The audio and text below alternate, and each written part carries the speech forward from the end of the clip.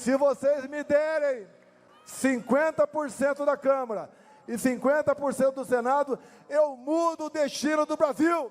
Jamais eu passaria a faixa para um ladrão.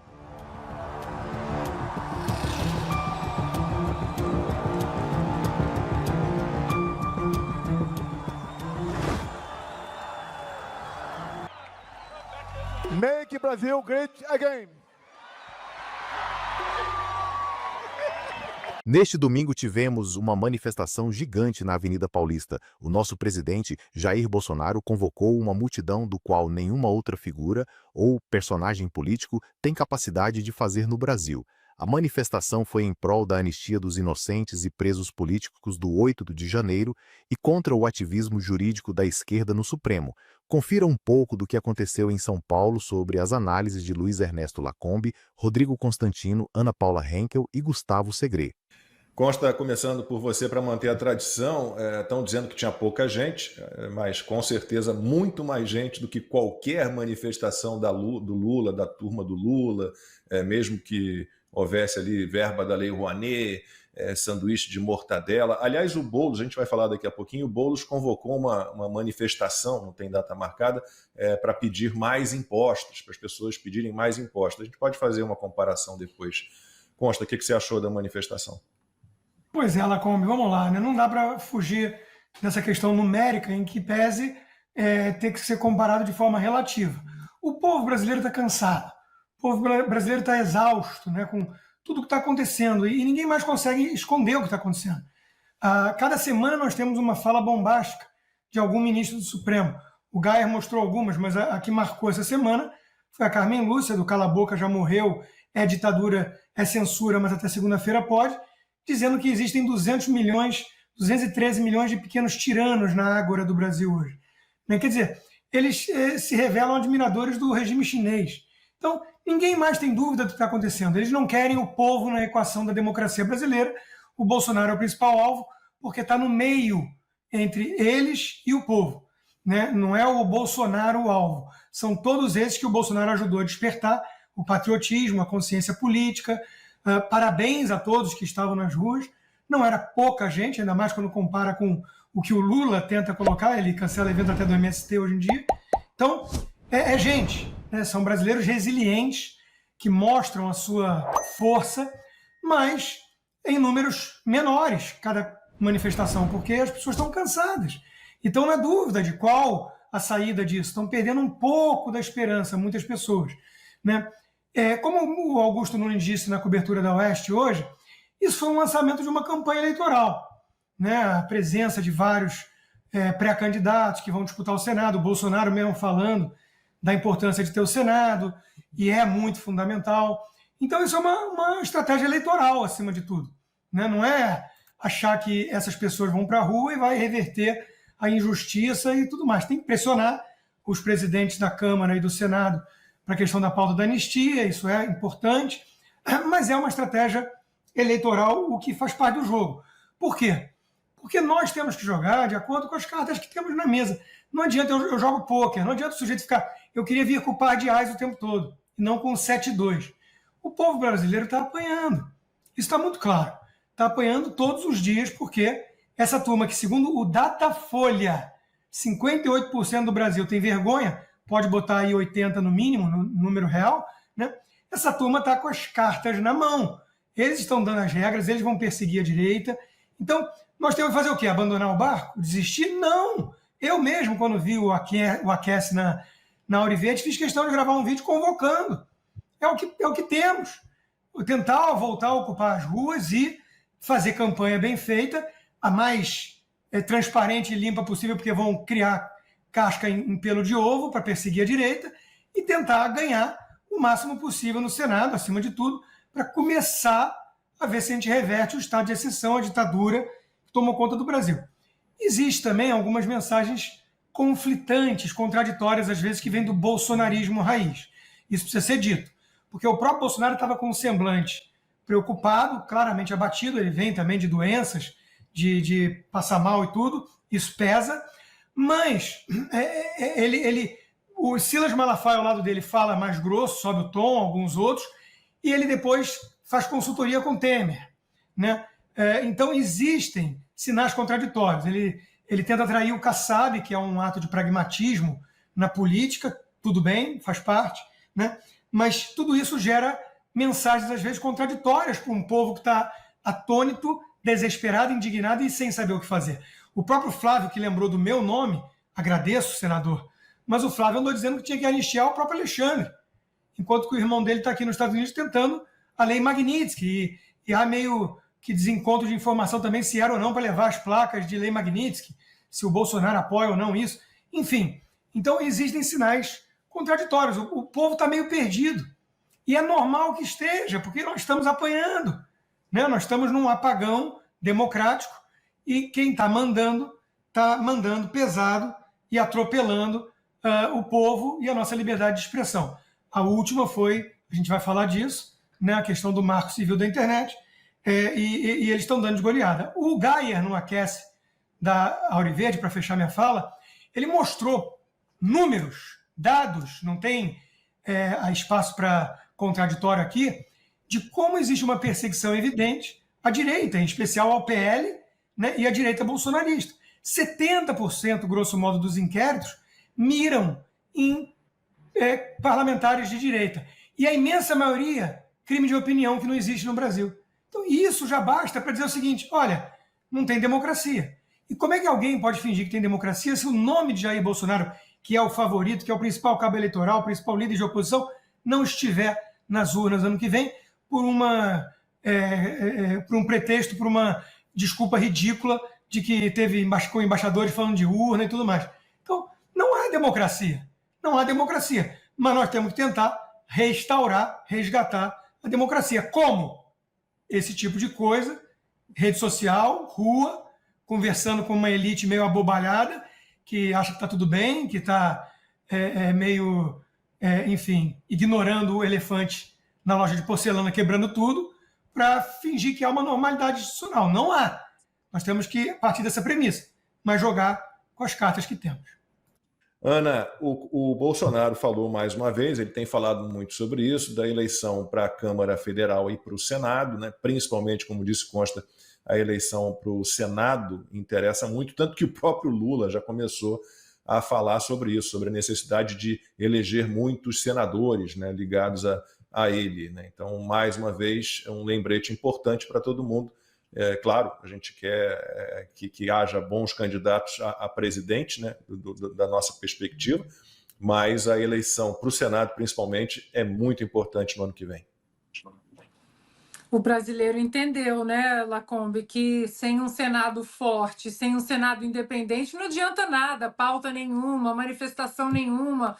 A gente pode lotar as ruas todo fim de semana, a gente pode fazer de tudo para sustentar a nossa democracia de uma maneira saudável, que sem um Senado forte, coerente, corajoso, incisivo, que não se ajoelha às inconstitucionalidades de ministros do Supremo Tribunal Federal. Não adianta nada disso. Então, eu acho que são dois mundos que correm de forma paralela e que os dois precisam ser mantidos. O primeiro é exatamente o que o brasileiro fez na Avenida Paulista. Teve 12 mil, teve 20 mil, teve 100 mil, teve 200 mil. Para mim, o que interessa teve gente, teve muita gente de verde, amarelo, e eu acho que é importante a manutenção dessas manifestações, Lacombe, Consta e Segre, porque o outro lado, às vezes, a tática é vencer pelo cansaço. Vai dar tudo tão errado para essa gente, e às vezes a agulha vai mexer só um pouquinho que eles vão acabar desistindo. É assim, regimes totalitários vencem pelo cansaço. Muita gente que antes lutava, né, com afinco, com resistência, se demora muito para acontecer alguma coisa, muitos vão ficando pelo caminho, no caminho da descrença, no caminho da falta de esperança. Não estou falando que o brasileiro é assim, não. A humanidade como um todo. Quantas pessoas desistiram ao longo da Segunda Guerra Mundial, ao longo da Guerra Fria, das décadas ali, né, na Guerra Fria, e alguns continuaram. E essas histórias dos que continuaram vão alimentando outros que não estavam presentes e que começam a enxergar, eu acho que eu preciso fazer parte disso. Então, esses que continuam indo, nós que continuamos falando aqui, a gente não pode cansar. É cansativo falar, é cansativo todo domingo, de segunda a sexta, escrever textos, artigos sobre as mesmas coisas, mas eles também querem vencer a gente pelo cansaço. Nós não temos um passado de resiliência histórica, no sentido de lutar contra esse tipo de regime ao qual o Brasil está submetido hoje. Então, nós temos, infelizmente, os brasileiros, aquela coisa do imediatismo. Poxa, eu lotei as ruas uma vez, duas vezes, três vezes, por que não está acontecendo agora? Nós precisamos entender o contexto histórico, todo o movimento que nós estamos fazendo há pouquíssimos anos. Ele faz parte de um contexto histórico muito minúsculo ainda. Então, é preciso, para mim, eu enxergo dessa maneira, haver resiliência, haver resistência e colocar pressão nos candidatos ao Senado para o ano que vem. Não adianta nada disso se não há um Senado corajoso em querer defender a nossa Constituição. Portanto, Lacombe, eu vi também, concordo com o Consta, que achei o presidente Bolsonaro um pouco abatido, né, cansado, um pouco, talvez até muito, mas nós estamos vendo todos os dias o que estão fazendo, a barbaridade e a covardia que estão cometendo contra o presidente Bolsonaro. No entanto, ele tem demonstrado exatamente essa resiliência e essa força contra o cansaço de seguir defendendo o Brasil. Segre, você esteve na Paulista, não é isso? Você acompanhou a manifestação. O que você pode nos dizer? O que você viu na Paulista? Estive sim, senti Bolsonaro não tão efervescente como em outras oportunidades. Conversando com algumas pessoas, observei que a divulgação não foi tão ampla quanto em outras oportunidades. Me pareceu que foi muito sobre a hora. Já definiram, inclusive, que no dia 7 de setembro haverá outra manifestação. E me chamou a atenção, Lacombe, que o Bolsonaro mencionou que não importava se ele era o presidente ou não em 2026, que falaria com Valdemar da Costa Neto para ser o presidente honorário do PL, e com isso estava certo, como resignando um pouco. Foi a primeira vez que eu ouvi o Bolsonaro dando a possibilidade dele não ser o presidente em 2026. Isso me chamou a atenção. Agora, eu acho que as pessoas precisavam de uma pauta mais definida. Não tinha uma pauta, como em algum momento foi a anistia já, da última vez. Era uma pauta que estava incerta, não ficava muito claro. Poderia ser justiça já, mas faltava uma definição mais categórica, porque de alguma maneira, quando aqueles que acompanhamos essas manifestações no decorrer do tempo, os discursos não mudam muito, não tem muito para mudar. Então a pessoa vai entendendo que pode ouvir a mesma coisa, não tinha muita novidade. Quando a gente observa que tem menos participação da população, se devem a dois fatores, e não estou incluindo nenhum feriado no meio, que pode alterar um pouco a participação. É a necessidade de uma pauta atual que motive as pessoas a acreditar que a luta não terminou. E a outra é a possibilidade de sentir um pouco de medo. E aí me dá a sensação de que algumas das pessoas que participaram em manifestações anteriores dizem não tem muito sentido, a gente está apanhando, e estamos apanhando. Mas aí eu gostaria de trazer uma frase de Philippe Destot, um escritor, filósofo francês, que disse que os ausentes nunca têm razão. Então, se alguém, desde a sua comodidade, do conforto do lar, sentado num sofá, disse temos que fazer alguma coisa, não é suficiente. A gente tem que trabalhar dia a dia, e me parece que em dois francos. Batalha cultural. Essa batalha cultural é mostrar com fatos e dados que a gente não está falando narrativas, não são narrativas. As narrativas se confrontam com fatos e dados. Contra dados não há argumentos. E a outra é através de redes sociais, que é o que estão tentando bloquear por todos os meios, porque sabem que aí eles perdem. E há, sei lá, 20 anos atrás, no primeiro governo Lula, que era um governo claramente analógico, se qualquer um de nós ou aquelas pessoas que participam não estavam de acordo com alguma fala de qualquer político, a única possibilidade que tinha era sentar olhando na TV e xingando para que ninguém escute. Hoje eles escutam. E essa mudança me parece que é a fortaleza de aqueles que têm uma unidade de opinião, que não necessitam ter muitos seguidores, nem ser nominalmente conhecidos, mas que podem se manifestar de qualquer forma, porque a Constituição garante isso para todos nós. Vocês puderam constatar que nas falas dos nossos comentaristas, a manifestação, independente do número de pessoas, ainda mostra para todo o povo brasileiro e a mídia de esquerda que o movimento bolsonarista é o maior movimento do Brasil que consegue reunir o maior número de pessoas.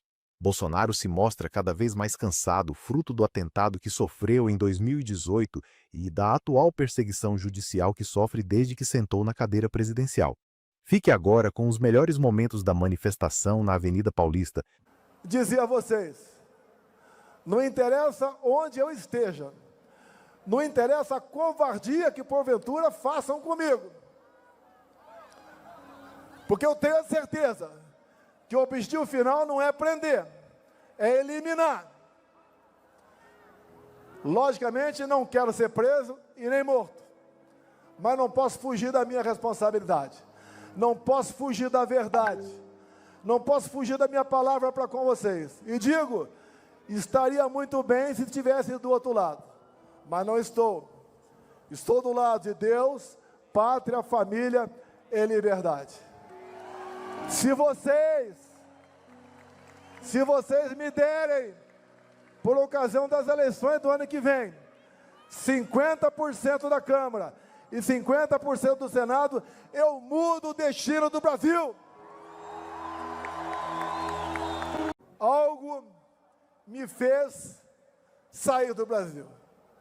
Não era apenas para não passar faixa. Jamais eu passaria faixa para um ladrão.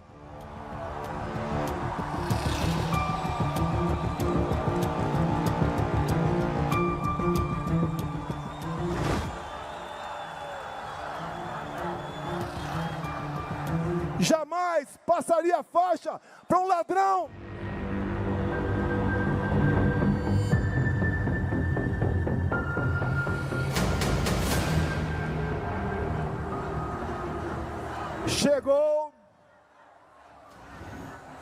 Chegou o fatídico 8 de janeiro. Um movimento, mais do que claro, orquestrado pela esquerda. Lula não estava em Brasília. No dia anterior, ele foi para Araraquara, porque sabia o que ia acontecer. Tanto é que as imagens de quase 200 câmaras sumiram. Tudo foi quebrado antes daquelas pessoas que, em parte, estavam no acampamento chegaram. No dia seguinte, essas pessoas foram presas. E assistimos hoje condenações a 14, 15, 16, 17 anos de prisão. Como a semana passada, uma mulher com 7 filhos, 6 menores, foi condenada a 14 anos de cadeia. Essa mulher era golpista? Como a Débora, que seus familiares estão aqui agora. Por Maria foi confirmado 14 anos de cadeia, ela com 2 filhos pequenos. Isso não é justiça, é uma brutal injustiça. Por isso nós lutamos por anistia, que é um remédio previsto na Constituição, de iniciativa própria do Parlamento brasileiro, independentemente de qualquer um dos outros 2 poderes. Our judiciary system is the greatest risk for our democracy, but we will not give up. We will continue fighting. We will continue screaming for truth, and we will win. We will victorious. We will give back freedom for our country. Thanks for our great leader, Bolsonaro. That's the message to the world. Make Brazil great again. Essa foi legal, eu já falei.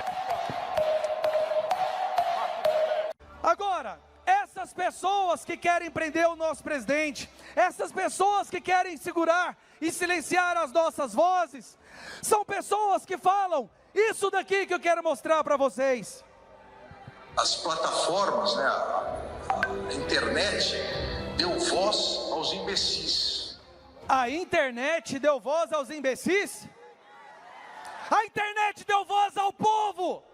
As redes sociais acabaram com a estrutura de poder e hoje cada um de vocês pode falar o que você pensa. E é por isso que hoje nós temos um presidente que foi eleito pela primeira vez democraticamente, que agora está sendo perseguido e pode ser julgado e preso por uma pessoa que fala isso aqui, ó.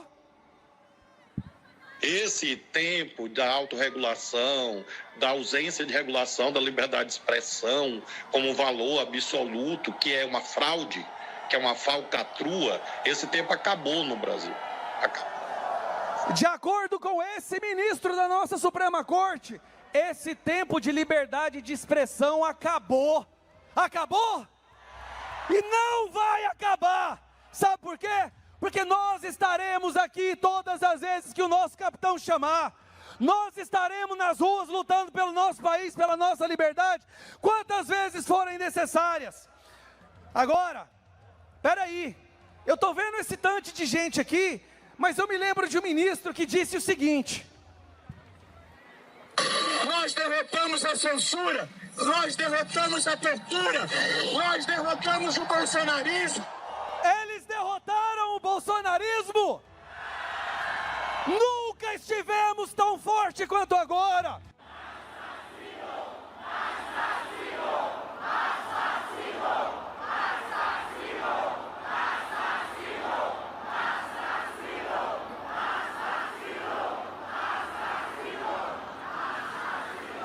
Por tudo que Alexandre de Moraes tem feito, de rasgar a Constituição, de prender gente inocente por opinião, da injustiça de não cancelar a delação do Coronel Cid, que nem um minuto, Bolsonaro, ele fala que você quis dar golpe. Por tudo isso, ditador, se isso aqui é um país sério, ele tomava um impeachment e ia pra cadeia. Se isso aqui é um país... Cadê senadores? Que país é esse, meu Deus? Que justiça é essa? Até quando o Supremo Tribunal Federal vai bancar o ditador Alexandre de Moraes? Até quando o Supremo Tribunal Federal está indo para a lata do lixo com a sua reputação? Que a gente viu um presidente da República que fez uma transformação no Brasil. E esse presidente eu tive o privilégio de trabalhar. Foi o presidente que saneou as estatais. Foi o presidente que não aceitou acordos políticos. Foi o presidente que se preocupava com as pessoas. Foi o presidente que levou água para o Nordeste. Foi o presidente que concluiu obras paradas. Foi o presidente que criou o PIX. Foi o presidente que salvou empresas com benefício emergencial. Que salvou empresas com Pronamp. Presidente que sempre olhou para o andar de baixo. Foi ou não foi? Quem foi esse presidente? E olha o que aconteceu em pouco tempo. Pouco tempo. 2 anos e 7 meses foram suficientes para o pessoal jogar tudo na lata do lixo.